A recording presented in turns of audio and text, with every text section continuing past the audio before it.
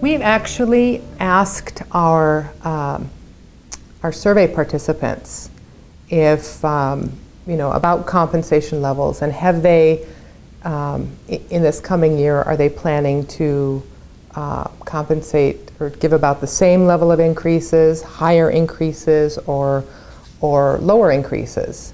And thankfully, only about 9% of our 800 participants said that they plan to give lower increases. So I think that the base salary increases that we're seeing in the marketplace, the median is around 3%, 2.93%. In the middle market segment, it's around 2.67% if you really take into account looking more at the means for that group. But what is interesting is that we lived in a long period where those numbers were around 4%.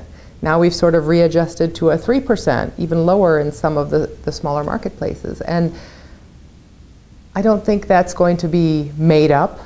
It's being looked at as a lot of water under the bridge. And when we ask, we're happy to see that a lot of the pay freezes have dropped off, are not happening anymore. But there's not a lot of organizations that are saying, I'm going to make you whole and completely do all of that back pay or something like that. They're living in a new normal. Verisight recently released its 2011-2012 Compensation, Retirements, and Benefits Survey, and this is one of the only surveys that really gets at all three: compensation, retirement, and benefits in one single source. The trends show that over half of executives are really finding challenges in retaining their key employees, and more than 60% are actually finding that they're having trouble getting that talent in the door. So 50% of executives are finding that retaining talent is one of the things that's on their mind, and over 40% are having difficulties even getting that talent in the door.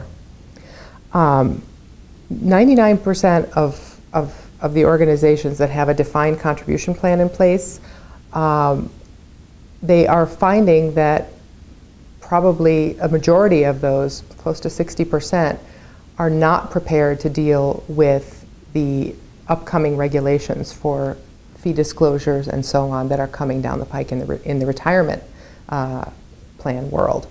65% of middle market executives indicate that it's really benefits costs that are driving their total compensation and total rewards package decisions, more so than the economy or their financial performance. It's really those benefits costs that are keeping them up at night.